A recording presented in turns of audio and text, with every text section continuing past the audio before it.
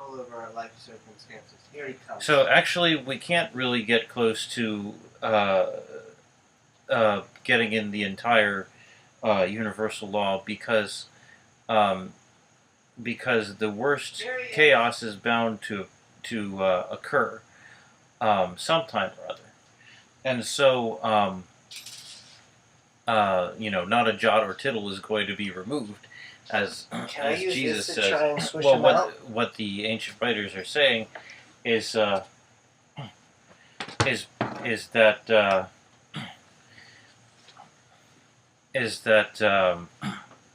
you can't escape chaos. There's always going to be chaos in the universe, and it's always going to lead to some kind of decay. So he says the poor will always be with you and stuff like that. But the thing is, we've actually reached a higher vibration. So it's not to diss what was written before. It's just to say that God is still speaking. And if God is still speaking, it would make sense that he would give continued dispensations. On top of that, I've been made aware that the people who originally translated the Bible from the Alexandrian Greek, they kind of fudged it. In other words, they didn't really know what they were reading, so they kind of really reduced it to sort of absurdity, if you will.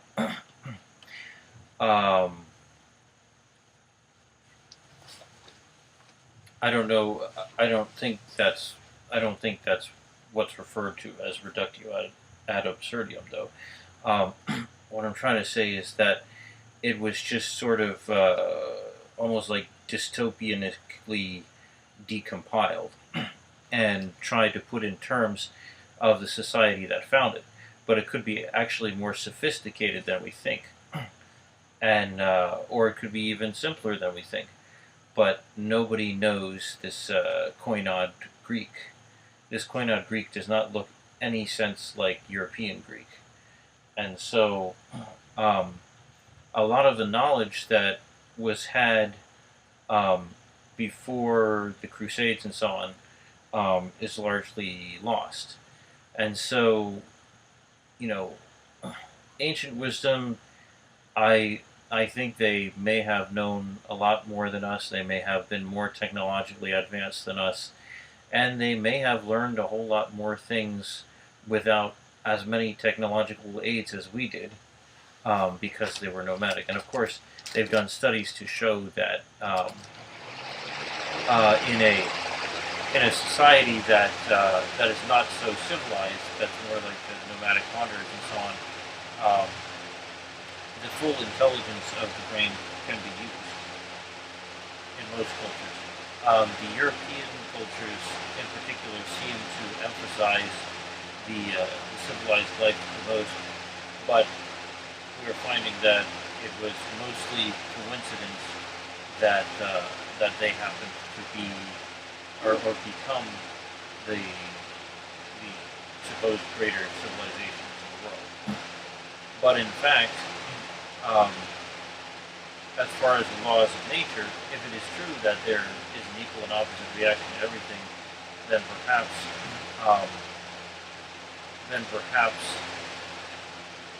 whatever thing you sent out will come back to you. I think that's what Jesus means. He's just talking about the laws of karma. So I think what the supposed translators did was they tried to borrow certain elements from basic beliefs of like Hindu and other various religions, especially like the Nordic religions. There's definitely a lot about the life and death principles, kind of like Thor and Freya's stuff. Definitely a lot of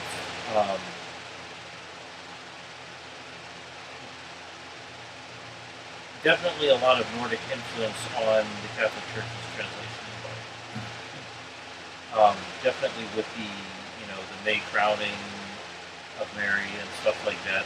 That's a very Freya-like thing, and the way that marriage ceremonies are had,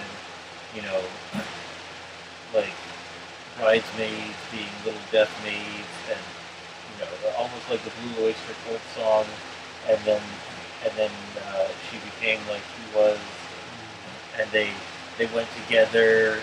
It's almost like this whole idea that as soon as you're in a marriage that you're hurtling toward death. Well, that's the second part of life now. That seems to all come from that Germanic side. And I'm pretty well convinced that Hebrew is a Germanic language, and possibly some of the Europeans may have engineered new versions of Middle Eastern cultures with new European-like languages so that they could interface, because the Europeans did want to conquer the Middle East largely, and they may have been jealous, and they may have heard of Nubia's wealth and stuff like that. It's almost like the same thing that they were trying to do, with Jamestown and stuff like that. Look for gold in the Americas and stuff like that. Yeah. But I'm beginning. I'm not going to say like Illuminati or Freemasons or NSA or FBI or CIA anymore or anything like that. It just seems that power in general corrupts. It just seems like there's a certain point where it goes to people's head, they get greedy, and in general, this is like the entire population of the world. At some point, if you get in a high enough position, you just cease to become the person that other people know, even if they've known you for a really long time. It's that the system is just so rigged that you become that piece of the system instead of yourself anymore. So you cease to be yourself when you rise so high, and then you lose your compassion,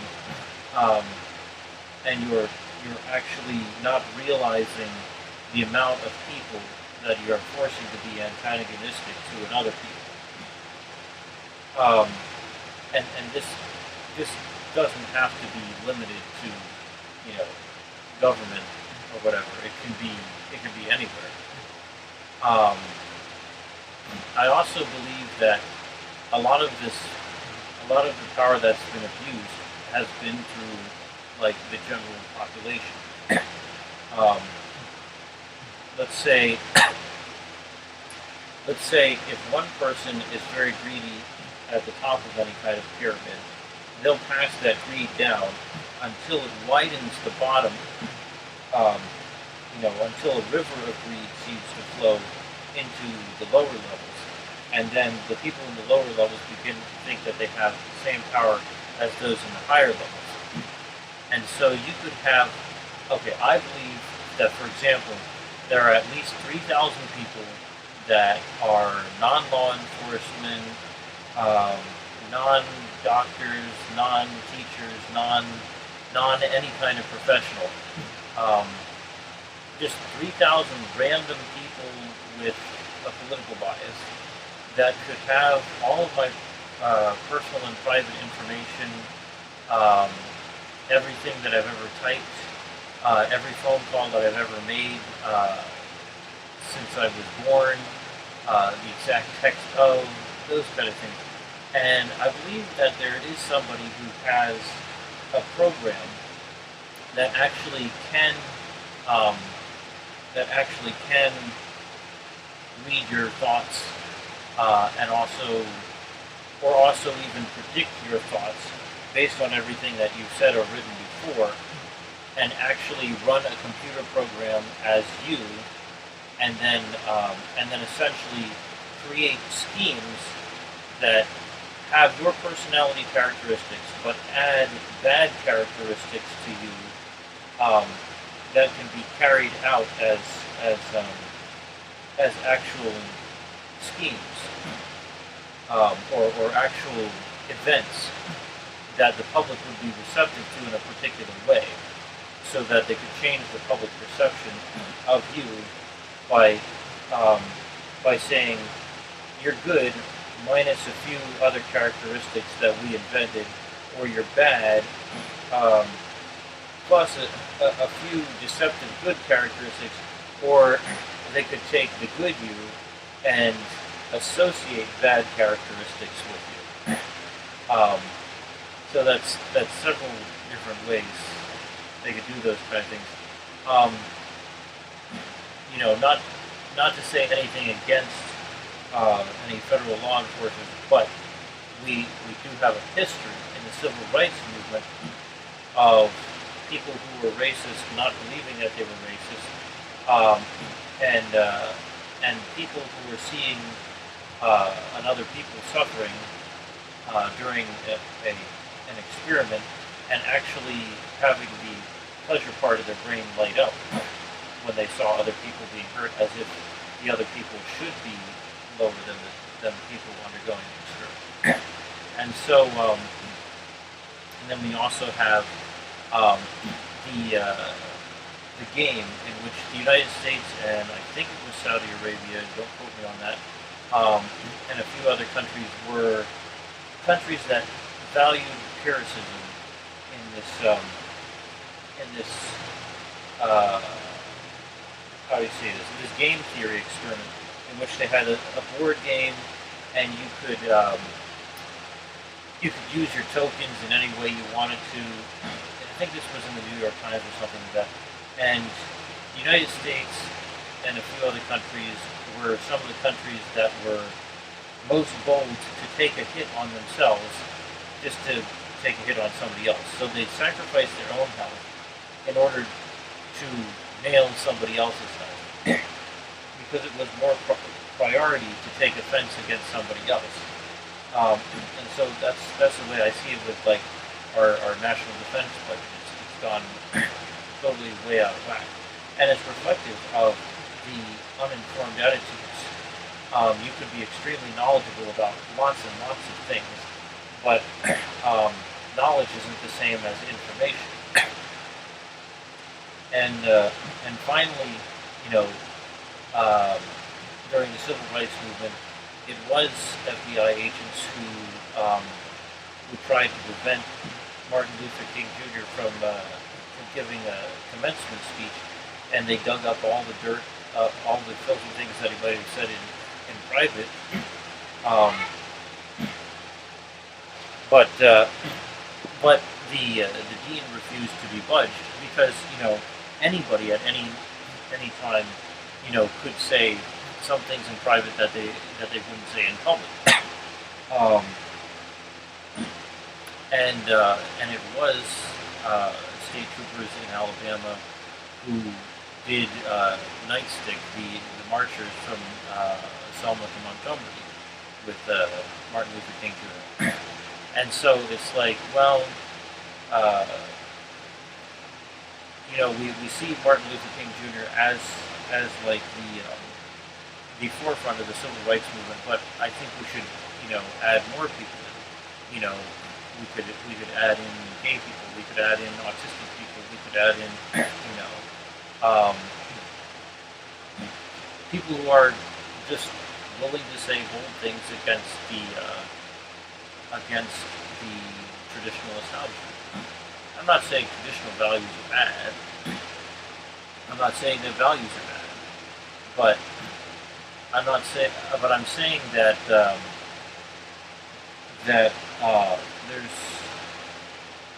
there's not a clear way to say what values are values, and you shouldn't be making up things as you go along.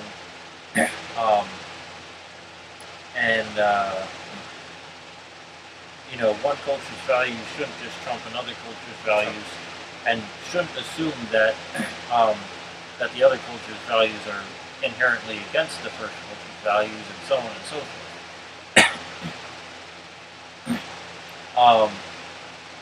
So it's like, maybe there is a fine line. Oh, and I also wanted to give my opinion on that whole Ferguson shooting thing. That guy should not have run at the police officer. He should have got down on his knees and said, "I surrender," whatever. Because there's Missouri, I don't know. I haven't been out west. I haven't been down south. And, you know, I'd respect anybody in a position of authority, and I still don't think that the officer should have shot the guy because, you would assume if the officer had training that he would have been able to successfully combat and put handcuffs on the individual in question. Um, and then, closer to home, I also wanted to give my opinion on the search for a missing individual that's been missing since 2 years ago. And so I was amazed that basically nobody could find this individual. And the first thing that everybody was saying to me, was she was hanging out with these two dirty black guys and stuff like that. Why is it always the first thing that everybody wants to blame is black people? And in fact, it wasn't necessarily black people or Hispanic people that were doing any sort of drug trade, predominantly in the area.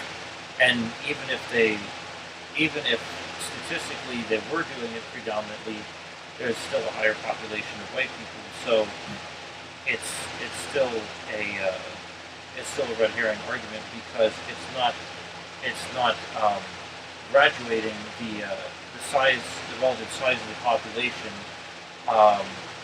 to the people who are doing it whatever time, and it's also not taking into account the various blocks that people are encountering, such as plain old mean people, which don't necessarily have to be white people or anything like that, because people of any culture could theoretically be mean.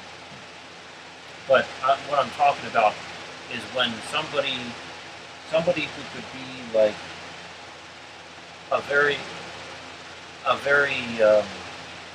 non-powerful individual, not even related to any organization or institution, but could affect the highest level decisions of that organization or institution. And so, theoretically, you could even have somebody from a hate group, say, join the NSA or the FBI or the CIA or whatever, because in theory, I'm not saying this is fact, but I'm saying theoretically, because there's a higher incidence of supposed crime among the black and Hispanic population, which is a significantly smaller population overall, that the federal law enforcement agencies would predominantly target those populations, and then would be theoretically doing the same work as a hate group, and so therefore it seems to put forth the ignorance that information gathered by the NSA could actually be ending up in the hands of ordinary citizens without any actual education or information or real knowledge, who could be members of these hate groups. Or vice versa, people in these hate groups could actually be getting past all the background checks to get into federal law enforcement agencies. Who knows? Or even the military. And sometimes the military can be a feeder for the hate groups. That's not a fact, but it's a possibility.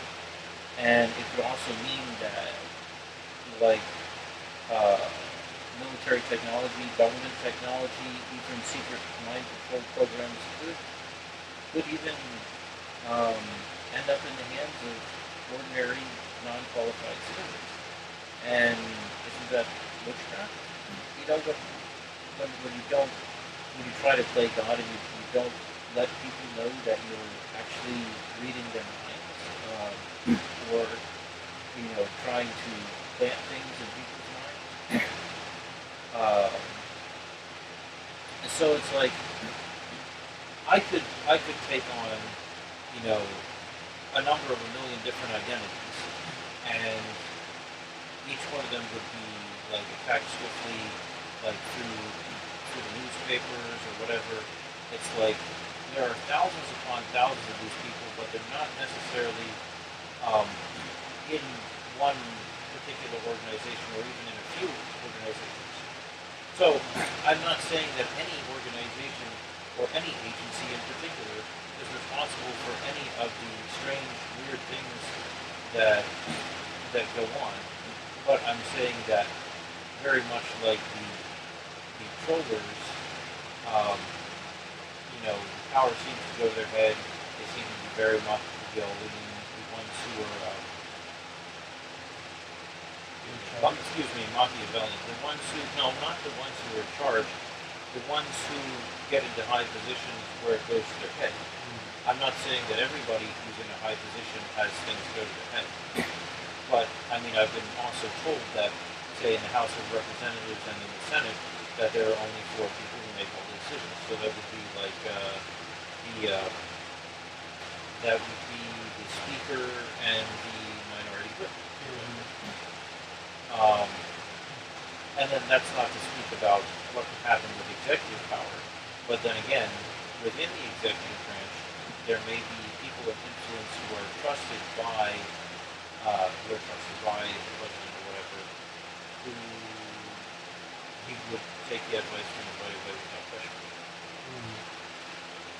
I'm not saying that this is true, but I'm saying that anything is possible when people are allowed to have so much power that it could go to their head, and people could get greedy, and people might lose sight that they are controlling so many people,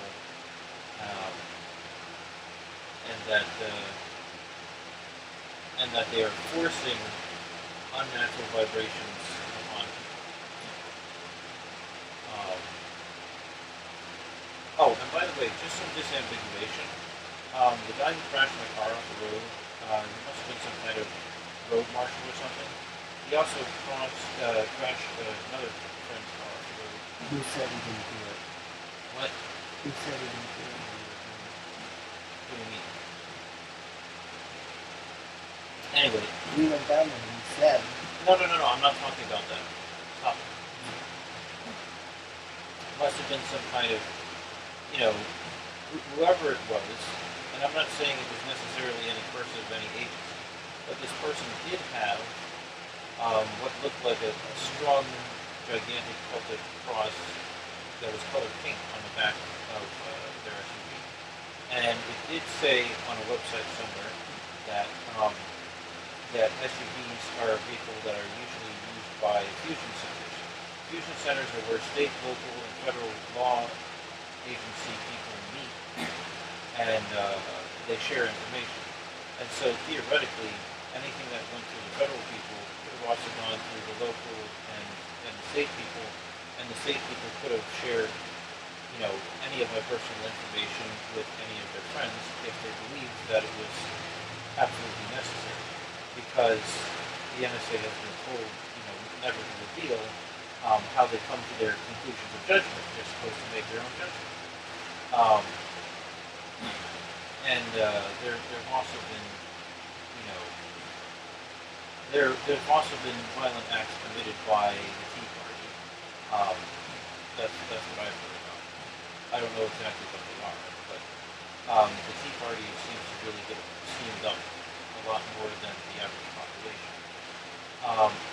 And so anyway, the fact that it was a strong, almost Celtic-looking pink cross, it has nothing to do with the actual Pink Cross Foundation. That I think the strong pink cross may have something to do with maybe the creativity religion, but I don't know for sure. Which is what? I don't know. Was it treated for It's listed as the. It could have even been, or it could have even been some kind of general idea within, the whole Christianity sphere, where just certain people decide to stick their heads out more than others because they believe they have more power. And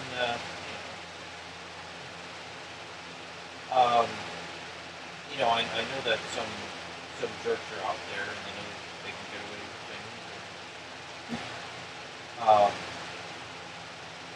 There's a lot of things that I wish that people hadn't got away with on me, But what can I do? What can I do, especially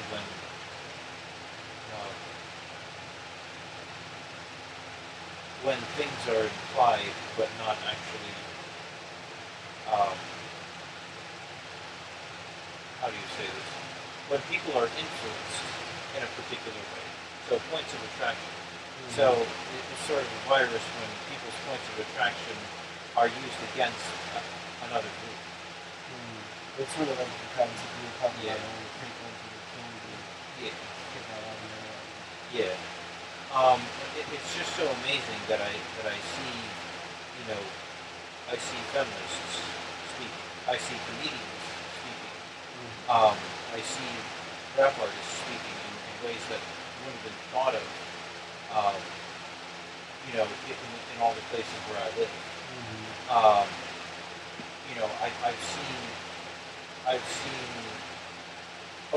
I've been so uninformed that I thought that before now that it was impossible for a black person to have moved up a chain of command or even lived in certain parts of Virginia or West Virginia or the South or the Bible Belt or whatever. I was ignorant. I didn't know. I didn't know, for example, that the Ku Klux Klan had actually been an organization that was a social service organization at one point. So it's actually had a more complicated history than I imagined. Even though it is still coded as a hate group, apparently at some point they did require that their members were not racist, and so it seems to me that the way they do things is that they were looking for everybody. They weren't just looking for black people necessarily, and so they would actually have to, punish their own. They would have to even punish white people in their mind who were doing things that they weren't supposed to. Of course, things that you're not supposed to. Definitely a very wide definition, and so I do think that we should give a lot of people a fairer chance. But the fact of the matter is, it seems to me that 2 years ago, that black people were being put away for crimes that white people did, or white people weren't being tried for crimes that black people were, or let's not just use black people. And for example, when that Asian guy did that shooting, they gave him a front page and portrayed him as a monster. But then when the white kid somewhere else did the shooting, they portrayed him as an angel and as a well-known community person, a good boy, and everything like that. So he shot himself. Yeah, but this is like still like a good old boys thing. And so you still have the good old boys, among the press and stuff like that, among all kinds of positions of influence, even very high levels of government and so on. And so it's really hard to see.